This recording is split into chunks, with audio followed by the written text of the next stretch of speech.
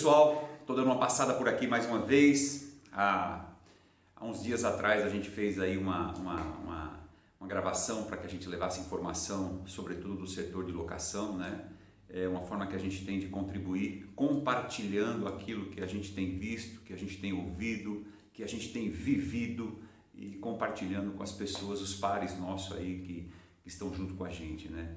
Então, atendendo aí mais uma vez a nossa parceria aí junto com o pessoal da Pelmate, o presidente Flávio, toda a diretoria, todos os locadores do estado de São Paulo. Espero que cada vez mais a Pelmate consiga uma penetração no interior, que valorize a importância da entidade, a união. A Pelmate construiu uma estrutura fantástica, uma sede própria, tem uma diretoria atuante, está sintonizada com todos os fabricantes, com todos os fornecedores. Compartilha aquelas informações que são importantes, né? Tem um canal de comunicação super interessante, revista, mídia digital, mídia social. Eu já de antemão já solicito que vocês entrem no canal do YouTube da Pelmate, se inscrevam no canal do YouTube da Pelmate, compartilhem, porque esse é o futuro da penetração nossa.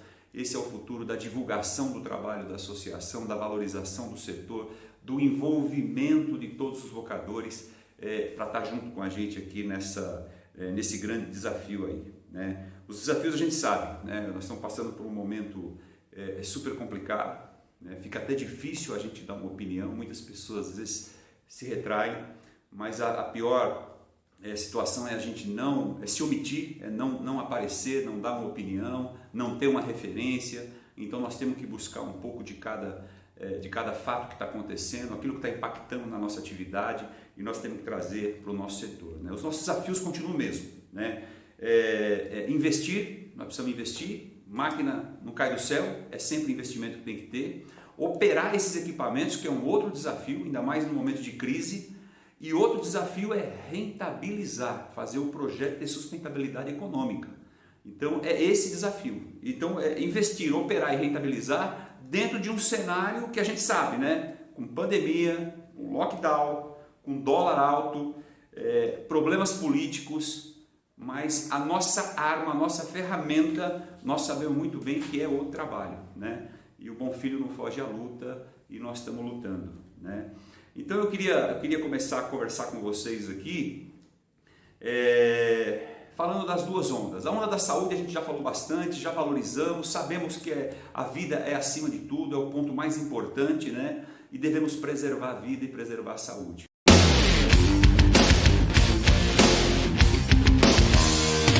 E nós temos uma onda da economia, né? Que essa vem derretendo o emprego, vem derretendo as empresas, né? E é nesse contexto que a gente vai colocar um pouquinho do nosso segmento. Nesse momento, o nosso segmento ele foi menos impactado do que outros segmentos dentro da pandemia. E tem uma explicação por isso. Além da nossa atividade ser colocada como uma atividade essencial, nós temos uma capacidade de trabalhar em lugares que não são confinados, na grande maioria das pessoas que se envolvem, lugares mais arejados, né? As obras dispersas em todo o estado, em todo o país, né? Isso faz com que o grau de contaminação entre as pessoas seja menor. Então isso faz com que a gente consiga manter a nossa atividade numa condição um pouquinho mais privilegiada. Além disso, nós temos alguns segmentos nossos que têm ido bem, outros mais ou menos, né? Então, prefeitura, obras urbanas, construção civil, deu uma queda. Prefeitura por questão da arrecadação, construção civil porque obras urbanas e construção civil mesmo, a gente tem um impacto muito grande, sobretudo nas fundações de prédio, que é a primeira etapa, né? E então essa deu uma reduzida, né? Até os investidores também deram uma recuada, aguardar passar para poder voltar, né?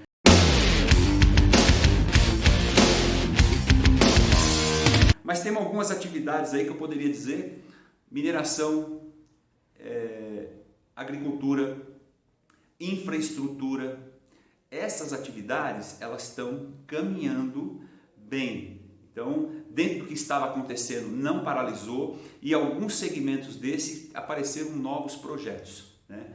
Então isso tem sustentado de uma maneira interessante, tem sustentado um pouco o nosso segmento. Né? Quando eu falo que o nosso segmento está um pouco melhor do que os outros, sobretudo, a gente consegue enxergar que o comércio que está fechado, shopping center, várias atividades que estão com portas fechadas, esses estão sofrendo muito.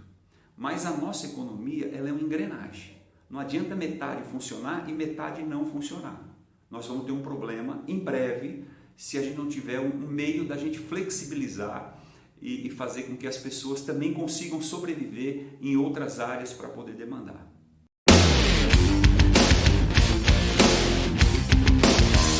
Então, no meio de tudo isso, vem a opinião do lockdown. O lockdown é o fechamento das ruas, é o fechamento de todo o comércio. Né? Se o país chegar num ponto de descontrole, a alternativa é essa.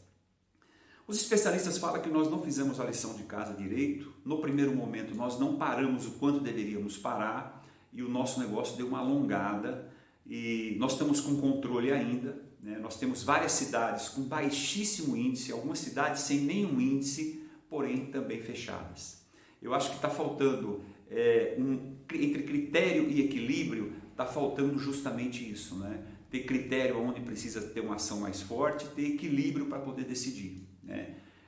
A decisão de abrir ou fechar, nós sabemos, está na mão dos governadores do estado, por questões que foram colocadas lá em cima. Não vamos aqui questionar se está certo ou está errado, embora eu seja contra. Eu acho que deveriam estar todos conversando. Esse é o tema principal do nosso, é falar da união, sobretudo do setor público, para que ele encontre uma alternativa e uma solução e nos dê diretriz para a gente trabalhar com segurança. Né? Mas enfim, nós temos cidades que não tem problema nenhum e estão com porta fechada, derretendo emprego, derretendo a economia. Aí não tem equilíbrio. Então nós precisamos corrigir esses pontos aí. E é super importante nós como formador de opinião, enquanto entidade, a gente colocar uma opinião dessa no mercado para poder contribuir, sobretudo com o melhor do país. Não é contribuir nem com o presidente, nem com o governador, nem com o prefeito, é contribuir com o Brasil. Né? É isso que nós precisamos fazer.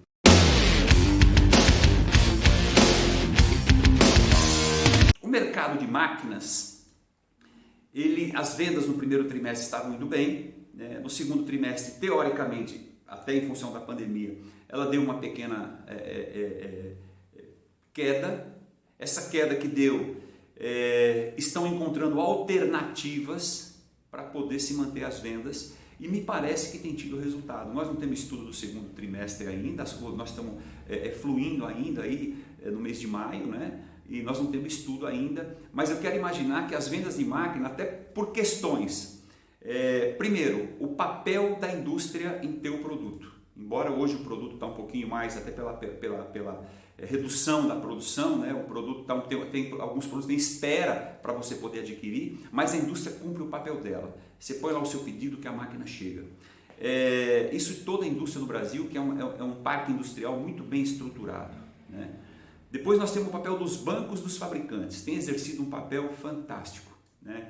Juntamente com a indústria, eles colocaram taxas de juros, não é a taxa dos nossos sonhos, mas taxa que o nosso segmento vem conseguindo absorver e sobretudo na confiança, né? Por conhecer bem o mercado, conhecer bem o produto, consegue correr esse risco junto com a gente. Então os bancos colocaram o produto financeiro à disposição das empresas que queiram investir. Estamos vivendo um momento que o IOF está suspenso, que é outro benefício, e tem aí uma visão de aumento de preço de máquinas, sobretudo por causa do dólar, que nós vamos falar lá na frente, e o risco das máquinas subirem o preço, e isso faz com que hoje todo esse conjunto de valores, eles virem uma oportunidade, né? Máquina disponível, taxa de juro, crédito, isenção de IOF, risco de aumentar preço. Então isso tudo faz com que a gente tenha uma resposta positiva para a indústria de máquinas.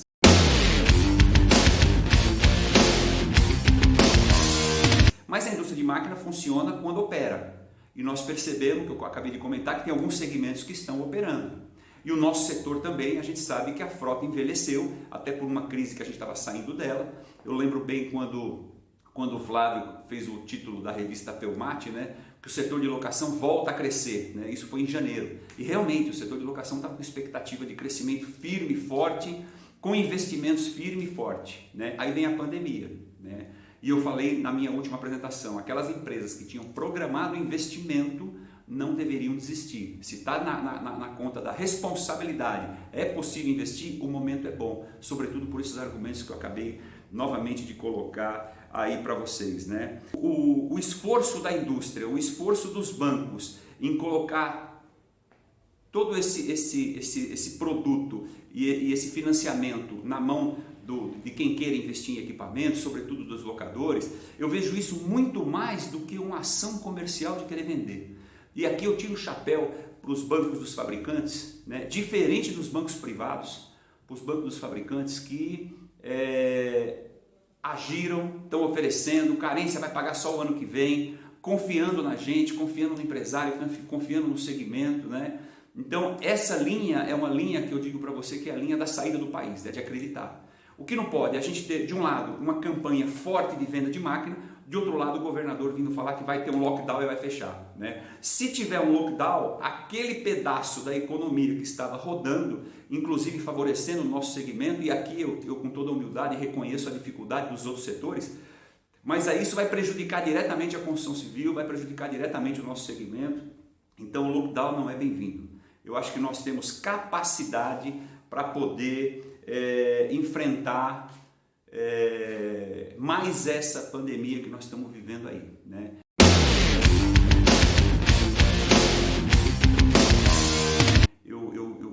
Pela manhã hoje eu tive uma reunião, eu comentei, gente, se a gente for analisar como que é concebido a nossa convivência, ela é concebida na linha de valorizar o ser humano, valorizar a saúde, preservar vidas.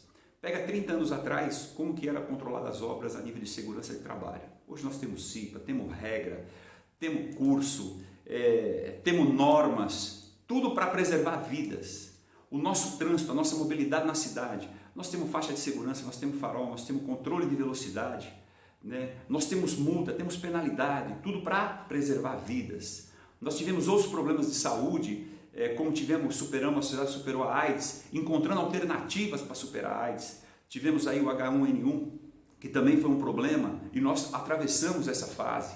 O que nós estamos vendo é que essa pandemia, enquanto não tiver vacina, e não tem previsão de ter vacina, tem muitos comentários, nós vamos ter que encarar ela na rua, e a nossa grande arma é o trabalho e a consciência e a informação. Então nós vamos ter que encarar esse desafio com bastante consciência, né, e responsabilidade, né? Já existem algumas obras aí que nós estamos trabalhando que os colaboradores estão ficando de quarentena 15 dias para poder entrar na obra. Essa responsabilidade nós vamos ter que mudar. Estão falando o novo mundo, esse é o novo mundo, né? Um respeitar o outro, uso de álcool gel, uso de máscara, passa a fazer parte dos EPIs, passa a fazer parte da segurança de todos, passa a fazer parte da nossa vida, né? O que me incomoda um pouco, eu tenho entrado nos mercados, até porque é o lugar que a gente vai lá fazer as compras nossas, para subsistência absolutamente natural, e a gente vê lá um monte de gente no mercado. E por que um cara que vende roupa ou vende outro produto, ele não pode organizar a entrada na loja dele para poder girar a economia, né? Porque nós temos que ter essa consciência, temos que ter essa competência de cuidar disso, né? De saber nos relacionar, de ajudar o próximo. Não estamos aqui para criar briga nem confusão, mas nós temos que encarar isso desse jeito mesmo, encarando o problema, eu acredito que com um nível de consciência. Claro que tem o benefício que o fato da gente ter ficado em casa, ele ajuda. Aquele que não precisa sair deve ficar em casa, sim, mas aquele que precisa trabalhar, ele tem que trabalhar, né? E o grande problema nosso é um problema de emprego, né? Os empregos estão derretendo e a economia derrete com a falta de emprego, né? Daqui a pouco nós podemos ter um problema mais sério na construção civil, que já sentiu, né? Sobretudo na área de venda de imóveis, na área imobiliária, né? Podemos ter um problema porque não tem emprego, não tem pessoas para comprar, né? Então essa retomada que nós estamos colocando, ela é um grande desafio para a gente poder estar cumprindo aí, né?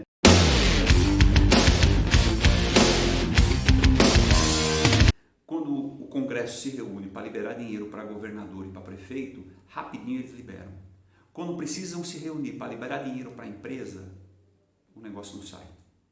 E quando sai o papel, chega aqui embaixo, os bancos não liberam. E os bancos não liberam, o discurso dos bancos é risco.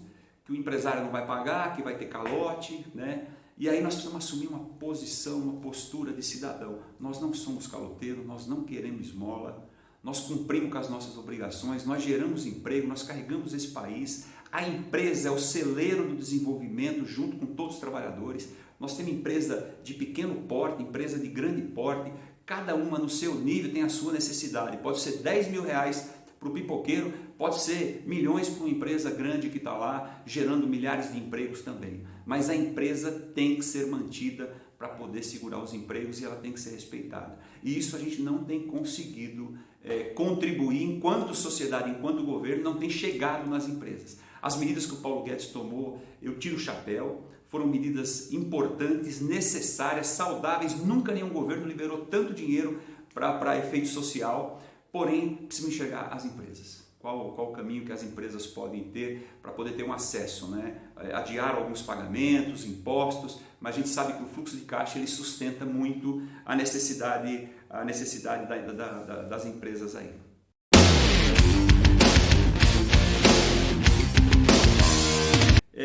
Eu queria colocar um tema aqui, que é um tema que é pouco comentado, mas ele tem um impacto muito grande para nós, é sobre o câmbio. Nós estamos com a nossa moeda aí desvalorizada. A moeda que mais desvalorizou entre as 10 moedas é o real, é a que mais desvalorizou. Desvalorizamos 45% no ano 2020, isso até dados recentes aí que eu tenho, 45% de desvalorização. Né? E isso, o que impacta no nosso segmento? As máquinas têm componentes importados, podemos ter um aumento de preço. As máquinas que são importadas, essas já estão num custo que nós vamos precisar rever, né? A construção civil, ela sempre anda atrelada com a variação do dólar, em algum momento ela recebe o impacto da valorização do dólar, também deve ter um impacto na construção civil, né? Nosso caso, não é fácil precificar e impor o preço para o mercado, mas nós não vamos ter outra alternativa. Ou nós repassamos esse valor, ou a nossa frota vai ficar sucateada daquilo que depende de equipamentos importados. Então, esse detalhe do que está acontecendo com a moeda e o impacto que vai ter no nosso meio é muito importante a gente ter uma revisão, né?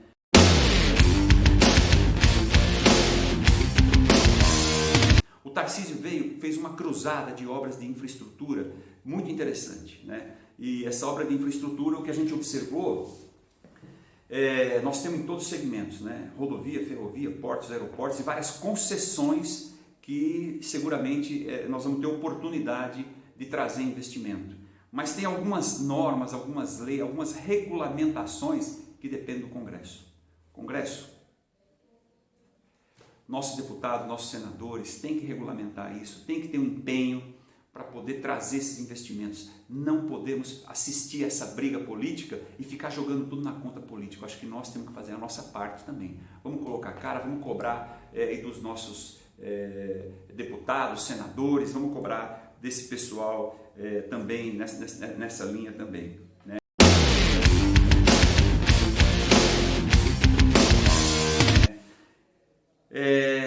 E dentro desse cenário de investimento com política, nós temos que pregar a união.